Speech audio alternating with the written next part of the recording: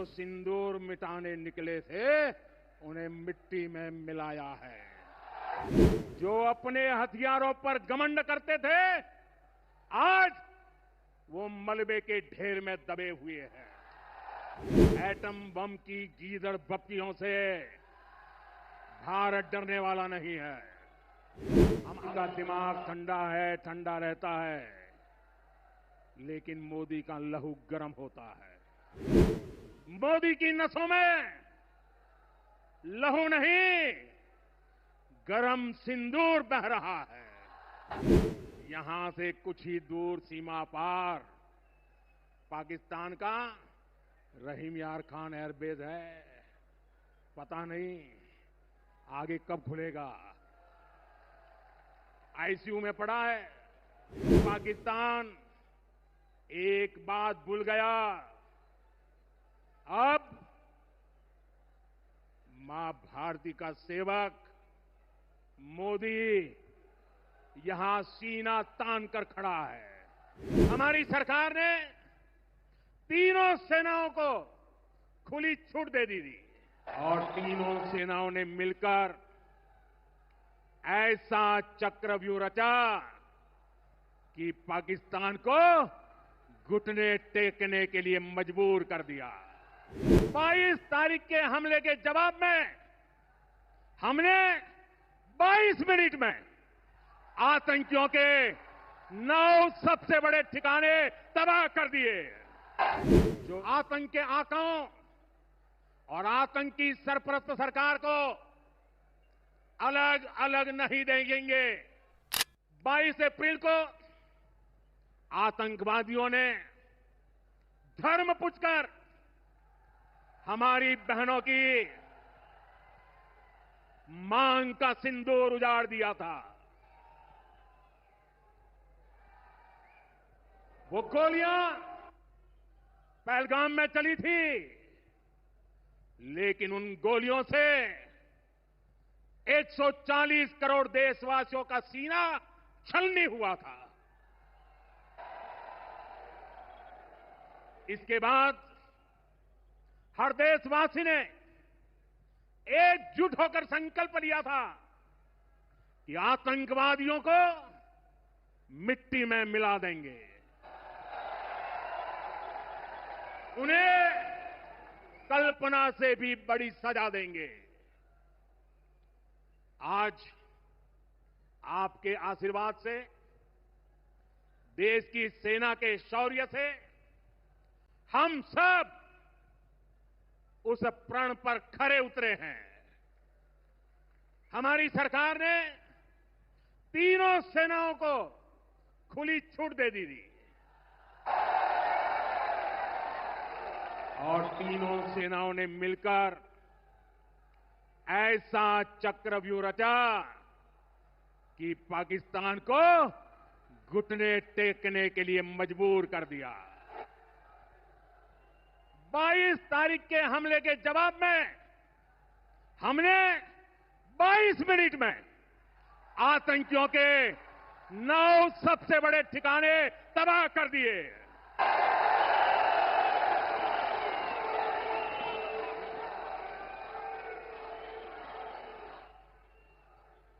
दुनिया ने और देश के दुश्मनों ने भी देख लिया कि जब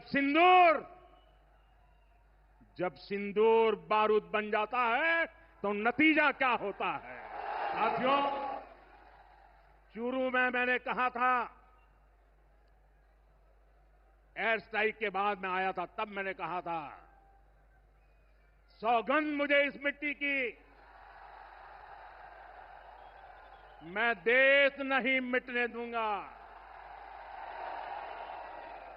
मैं देश नहीं झुकने दूंगा।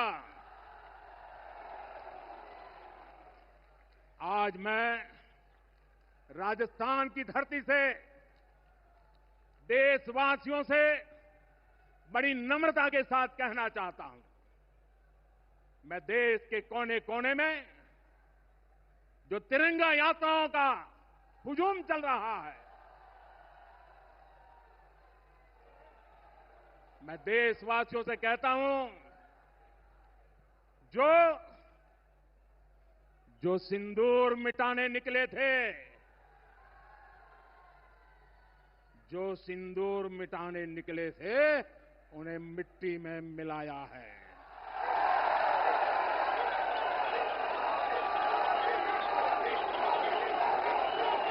जो हिंदुस्तान का लहू बहाते थे, जो हिंदुस्तान का लहू बहाते थे, आज कतरे कतरे का हिसाब चुकाया है।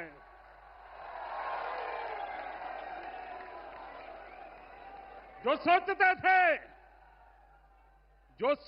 थे भारत चुप रहेगा, आज वो घरों में डूब डूब के पड़े हैं।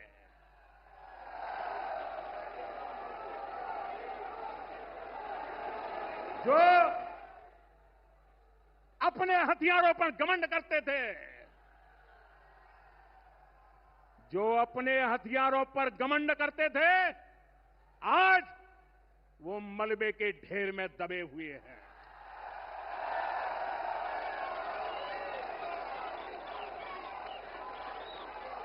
मेरे प्यारे देशवासियों, ये शोध प्रतिशोध का खेल नहीं, ये शोध प्रतिशोध का खेल नहीं, ये न्याय का नया स्वरूप है। ये न्याय का नया स्वरूप है। ये ऑपरेशन सिंदूर है।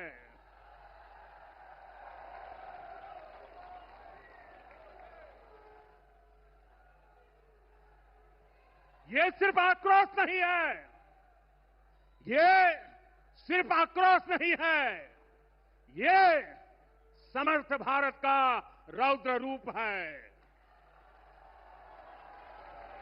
ये भारत का नया स्वरूप है।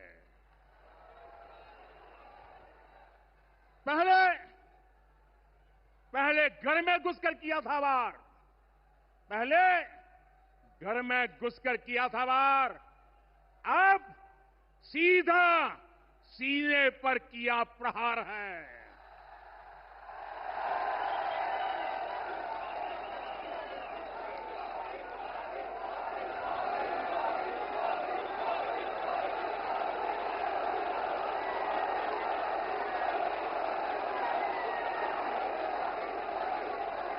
आतंक का फन कुचलने की, आतंक का फन कुचलने की यही नीति है, यही रीति है, यही भारत है, नया भारत है।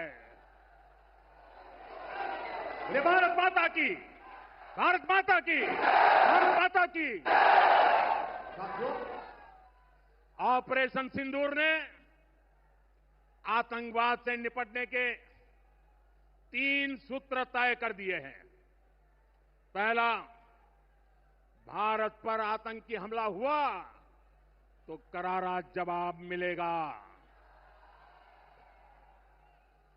समय हमारी सेनाएं तय करेगी, तरीका भी हमारी सेनाएं तय करेगी और शर्तें भी हमारी होगी।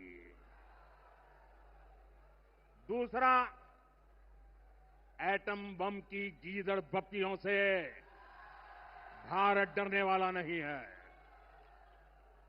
और तीसरा, हम आतंक के आकाओं और आतंकी सरपरस्त सरकार को अलग अलग नहीं देखेंगे, उन्हें अलग अलग नहीं देखेंगे, उन्हें एक ही मानेंगे। पाकिस्तान का ये स्टेट और नॉन स्टेट एक्टर वाला खेल अब नहीं चलेगा।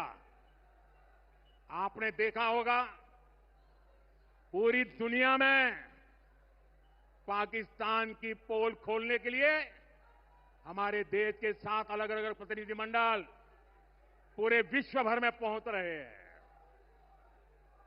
और इसमें देश के सभी राजनीतिक दलों के लोग हैं, विदेश नीति के जानकार हैं, गणमान्य नागरिक है।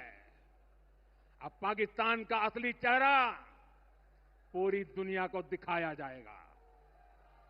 साथियों, पाकिस्तान भारत से कभी सीधी लड़ाई जीत ही नहीं सकता। जब भी सीधी लड़ाई होती है तो बार बार पाकिस्तान को मुंह की खानी पड़ती है। इसलिए पाकिस्तान ने आतंकवाद को भारत के खिलाफ लड़ाई का हथियार बनाया है। आजादी के बाद पिछले कई दशकों से यही चला आ रहा था। पाकिस्तान आतंक फैलाता था, निर्दोष लोगों की हत्याएं करता था, भारत में डर का माहौल बनाता था। लेकिन पाकिस्तान एक बात भूल गया, अब मां भारती का सेवक मोदी यहां सीना तान कर खड़ा है।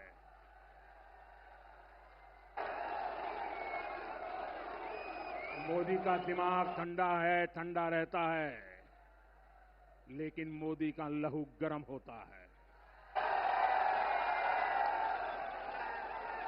और अब तो मोदी की नसों में लहू नहीं, गरम सिंदूर बह रहा है।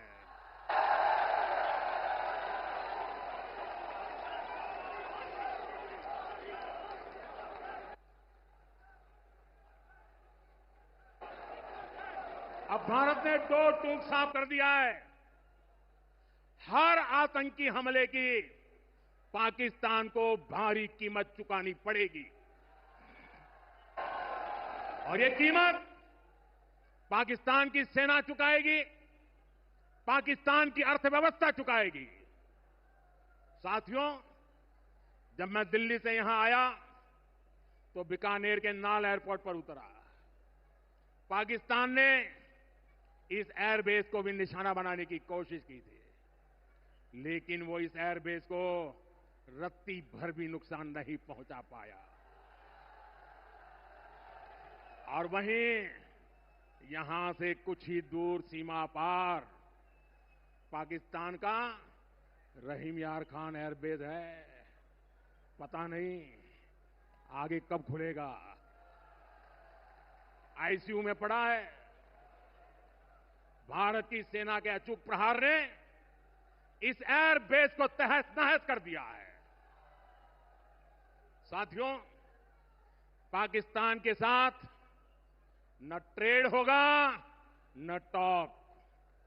अगर बात होगी तो सिर्फ पाकिस्तान के कब्जे वाले कश्मीर की, पीओके की। और अगर पाकिस्तान ने आतंकियों को एक्सपोर्ट करना जारी रखा तो उसको पाई पाई के लिए मोहताज होना होगा। पाकिस्तान को भारत के हक का पानी नहीं मिलेगा। भारतीयों के खून से खेलना पाकिस्तान को महंगा पड़ेगा। ये भारत का संकल्प है और दुनिया की कोई ताकत हमें इस संकल्प से टिका नहीं सकती है।